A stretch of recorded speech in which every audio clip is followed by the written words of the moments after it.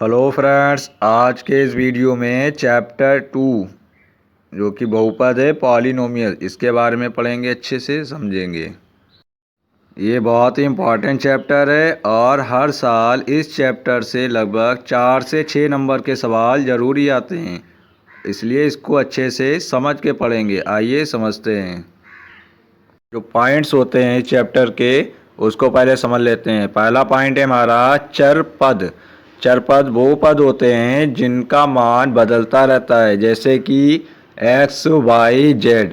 ठीक है, जितने भी ABCD के अल्फ़ाबेट होते हैं इसको हम चर पद मानते हैं क्योंकि इनका मान बदलता रहता है। इसी तरह से सेकंड पॉइंट है अचर पद। अचर पद वो होते हैं जिनका मान कभी ना बदले। ठीक है, जैसे कि जो संख्याएं होती हैं, प्राकृतिक संख्याएं, जैसे कि 1 2 3, ये सभी के सभी अचर पद होते हैं।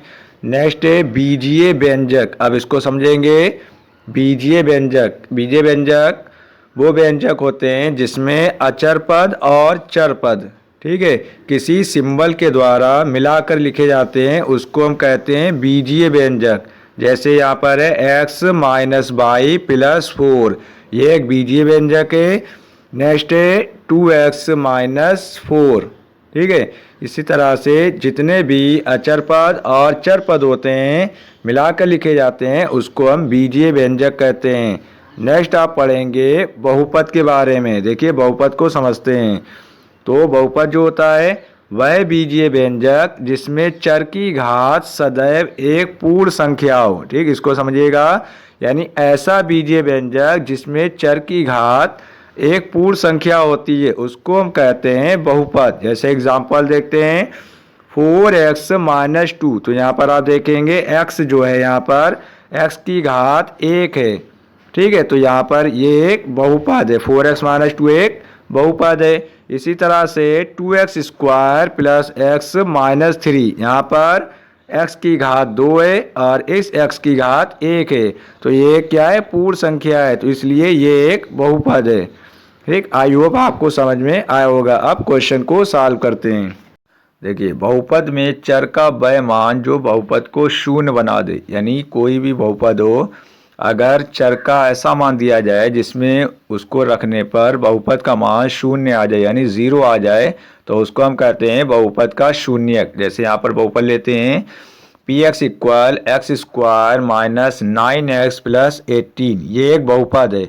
और इसमें हम कोई एक मान रखेंगे, जैसे कि मान रखा हमने 3। ठीक है, 3 रखने पर अब इसको सॉल्व करेंगे तो जहाँ जहाँ x होगा वहाँ पर हम 3 रखेंगे। तो नोट कर लेंगे p3 equal 3 square minus 9 multiply 3 plus 18। अब इसको सॉल्व करेंगे तो सॉल्व करने पर आंसर आ गया 0, तो 3 हमारा एक शून्यक है। ठीक है, एक्सरसाइज 2.2 सॉल्व करेंगे। Question number 1। क्वेश्चन नंबर 1 है निम्न द्विघात बहुपदों के शून्य ज्ञात कीजिए और शून्यकों तथा गुणांकों के बीच संबंध की सत्यता की जांच कीजिए। यानी यहाँ पर बहुपद दिए गए हैं, इसमें से शून्य ज्ञात करना है। ठीक है, और इनमें जो शून्यक हैं और गुणांक हैं उनके बीच में सत्यता की जांच करना है।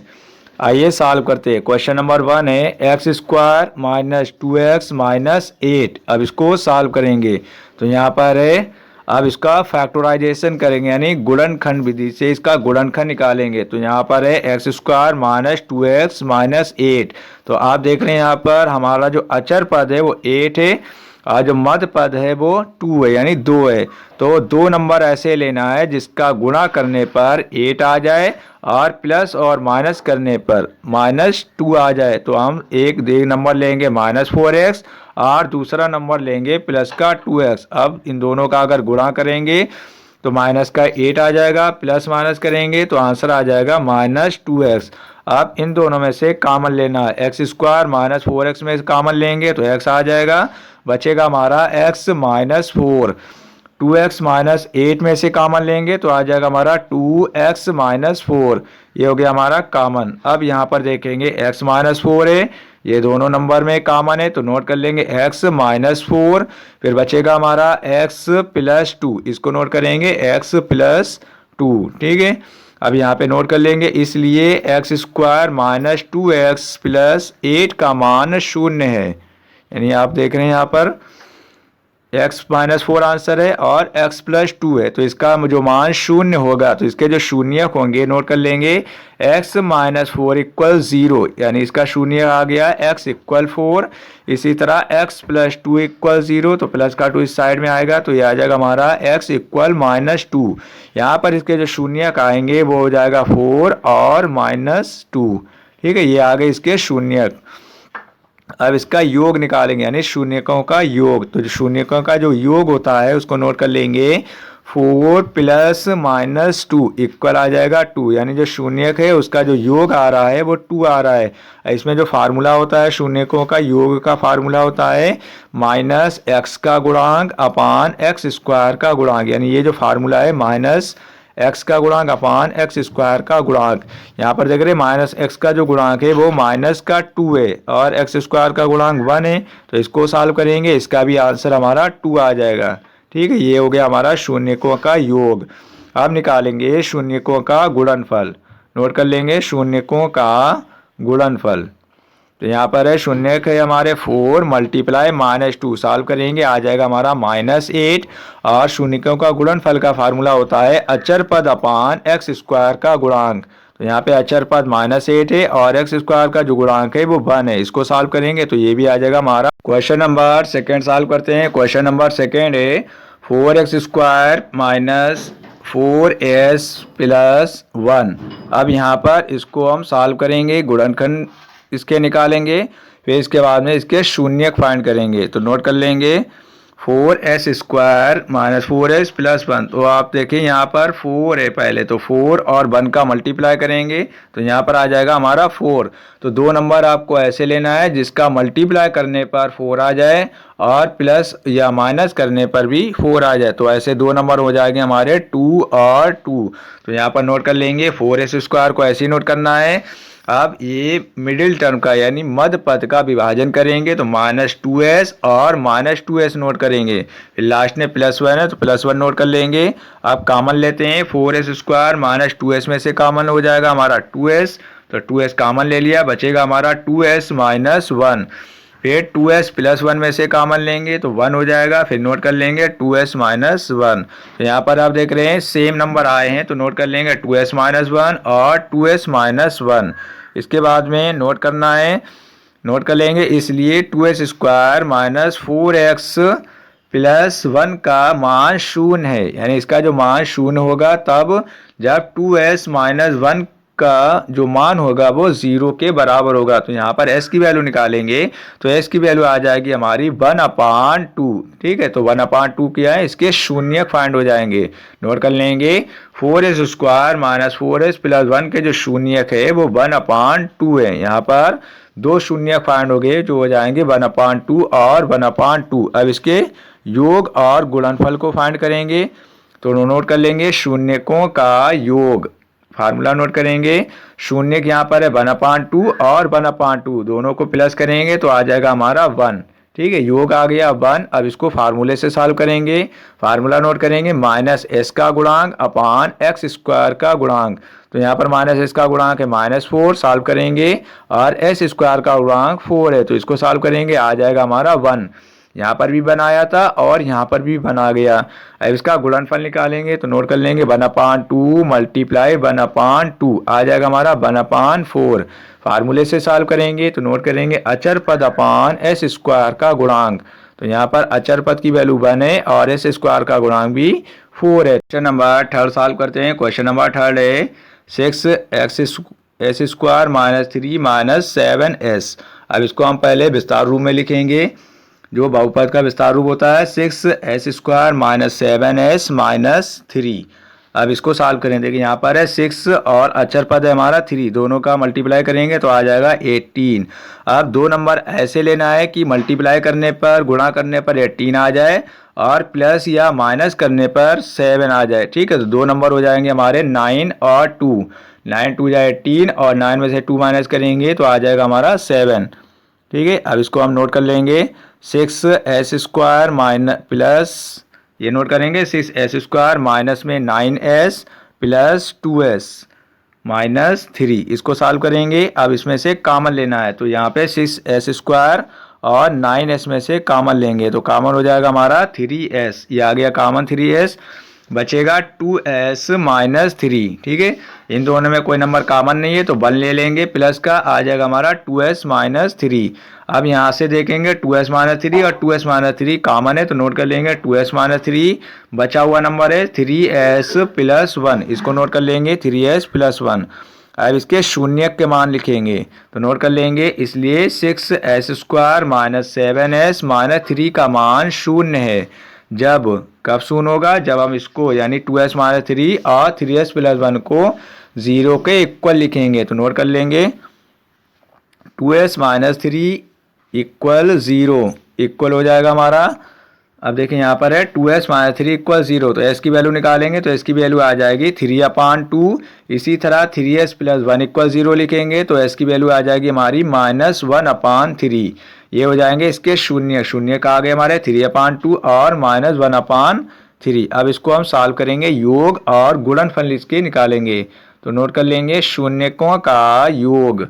शून्य क्या थे हमारे 3/2 और -1/3, तो इसका योग निकालेंगे 3/2 प्लस -1/3, तो इसका एलसीएम लेके सॉल्व करेंगे तो आंसर आ जाएगा 7/6। ठीक है, अब इसका फार्मूला लिखेंगे माइनस एस का गुणांक अपान एक्स स्क्वायर का गुणांक, तो माइनस एस का गुणांक -7 है तो माइनस माइनस हो जाएगा प्लस, एस स्क्वायर का गुणांक 6 है तो नोट कर लेंगे 7/6। देखिए यहाँ पर भी योग 7/6 आया था और यहाँ पर भी योग आया है 7/6। ठीक, अब इसका हम गुणनफल लिखेंगे तो गुणनफल है यहाँ पर 3/2 मल्टीप्लाई -1/3, तो इसको सॉल्व करेंगे तो आ जाएगा -1/2। ठीक है, अब इसका फार्मूला लिखेंगे अचर पद अपान एस स्क्वायर का गुणांक, तो यहाँ पर अचर पद है -3 और एस स्क्वायर का गुणांक है 6। ठीक है, इसको सॉल्व करेंगे तो आ जाएगा -1/2। ठीक है, यहाँ पर फार्मूले से भी आ रहा हमारा 1/2 माइनस में, और इसका गुणनफल करने पर भी -1/2 आ रहा है, तो यानी ये वेरीफाई होते हैं, यानी इसकी सत्यता की जांच होती है। क्वेश्चन नंबर 4 है 4u² प्लस 8u, तो देखिए यहाँ पर 4u² है प्लस का 8u है, तो दोनों में कॉमन है हमारा 4u, तो कॉमन ले लेंगे 4u, यहाँ बचेगा u प्लस 2। ठीक है, अब इसके हम शून्य फाइंड करेंगे तो नोट कर लेंगे, इसलिए 4u प्लस 2 का मान शून्य होगा, यानी जब हम इसको लिखेंगे 4u इक्वल 0 तो u की वैल्यू आ जाएगी 0, तो पहला शून्य का आ गया हमारा 0, दूसरा शून्य हो जाएगा u प्लस 2 इक्वल 0, तो दूसरा शून्य होगा 2 इस साइड में आएगा माइनस में हो जाएगा, तो दूसरा शून्य का आ गया -2। ठीक है, यानी इसके शून्य का आ गया 0 और -2। अब इसका हम योग और गुणनफल फाइंड करेंगे तो योग लिखेंगे शून्यकों का योग, शून्य का आते 0 प्लस -2, सॉल्व किया आ गया -2, यानी इसका शून्य का योग आ गया -2। अब फार्मूला लिखेंगे माइनस यू का गुणांक अपान यू स्क्वायर का गुणांक, तो माइनस यू का गुणांक है 8 और यू स्क्वायर का गुणांक है 4, सॉल्व करेंगे आ जाएगा माइनस में 2। अब इसका गुणनफल लिखेंगे, गुणनफल है 0 मल्टीप्लाई -2, तो आंसर आ जाएगा 0। इसी तरह से फार्मूला लिखेंगे अचर पद अपान एस स्क्वायर का गुणांक 0/4, तो इसका आंसर आ जाएगा 0, यानी ये वेरीफाई होता है और इसके जो शून्यक हैं वो 0 और -2 हैं।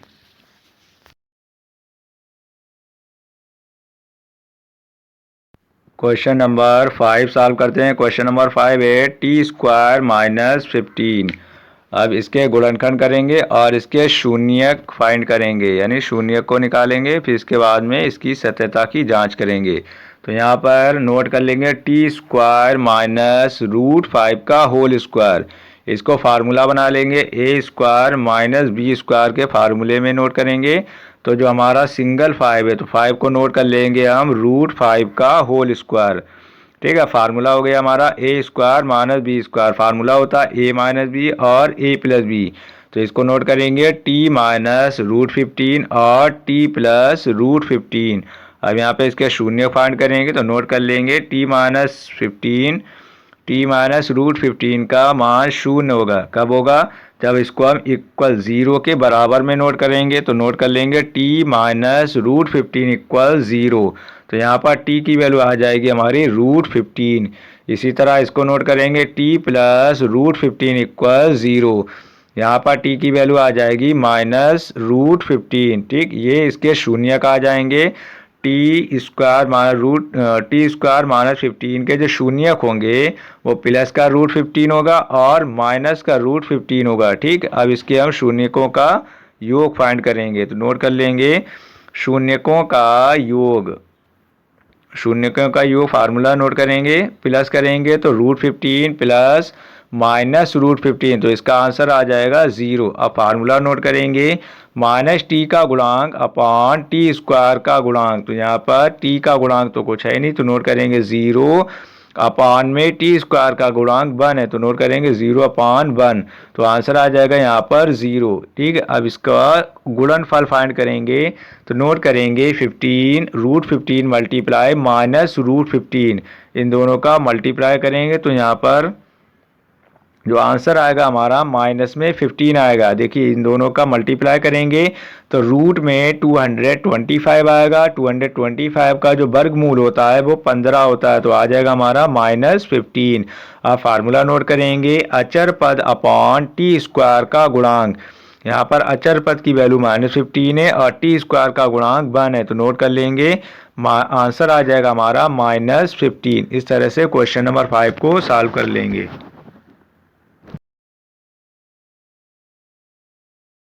क्वेश्चन नंबर 6 फाइंड करेंगे। क्वेश्चन नंबर 6 है 3x² - x - 4। अब इसको हम सॉल्व करेंगे। पहले इसके गुणनखंड फाइंड करते हैं। तो नोट कर लेंगे, देखिए यहाँ पर है 3 और यहाँ पर है 4, तो मल्टीप्लाई करेंगे तो आ जाएगा हमारा 12। ठीक है, 2 नंबर ऐसे लेना है कि मल्टीप्लाई करने पर 12 यानी 12 आ जाए और प्लस या माइनस करने पर मत पद यहाँ पे कुछ नहीं है तो 1 मान लेते हैं, यानी जो मत पद की वैल्यू है वो 1 आ जाए। तो नोट कर लेंगे यहाँ पर 2 नंबर हो जाएंगे हमारे 3 और 4। तो यहाँ पर नोट करेंगे माइनस में 4x और प्लस का 3x। तो नोट करेंगे 3x² - 4x प्लस 3x और लास्ट में -4। अब इन दोनों में से कॉमन लेंगे, तो कॉमन लेने पर आ जाएगा हमारा x 3x - 4। इन दोनों में से कॉमन लेंगे तो आ जाएगा हमारा +1 3x - 4। अब यहाँ पर 3x - 4 और 3x - 4 कॉमन सेम है, तो इसको एक बार नोट कर लेंगे। 3x - 4 बचेगा हमारा x + 1, तो इसके गुणनखंड आ गए 3x - 4 और x + 1। अब इसका हम शून्य फाइंड करेंगे, तो इसको हम 0 के बराबर नोट करेंगे। तो नोट कर लेंगे 3x - 4 = 0। तो यहाँ पर x की वैल्यू आ जाएगी 4/3। इसी तरह x + 1 को नोट करेंगे 0 के बराबर। तो नोट करेंगे x + 1 = 0, तो यहाँ पर x की वैल्यू आ जाएगी -1। इस तरह से इसके जो शून्य आ जाएंगे वो हो जाएंगे हमारे 4/3 और -1, ये इसके शून्य आ गए। अब इसका योग फाइंड करेंगे। तो नोट कर लेंगे 4/3 प्लस -1, ये इसके शून्य है, इस शून्य का योग फाइंड करेंगे। तो 4/3 प्लस -1, तो इसको डायरेक्टली यहाँ से सॉल्व करेंगे। 3 बन जा 3, 4 में से 3 को माइनस करेंगे तो शून्य का आ जाएगा, योग इसका आ जाएगा 1/3। फार्मूला नोट करेंगे -x का गुणांक अपॉन x² का गुणांक। तो -x का गुणांक है यहाँ पर -1 और अपान में है 3, तो इसका आंसर आ जाएगा माना प्लस होता है, तो आ जाएगा हमारा 1/3। ठीक है, यहाँ पर भी 1/3 आया था और यहाँ पर भी 1/3 आया है। अब इसका गुणनफल फाइंड करेंगे। तो नोट कर लेंगे 4/3 मल्टीप्लाई -1, तो मल्टीप्लाई करेंगे तो आ जाएगा -4/3। ठीक है, अब इसको नोट करेंगे अचर पद अपॉन टी स्क्वायर का गुणांक। तो अचर पद है -4 और टी स्क्वायर का गुणांक है 3, तो यहाँ पर भी -4/3 आया और ये भी हमारा -4/3 आ गया, यानी इसकी सत्यता की जांच होती है। इस तरह से ये इस क्वेश्चन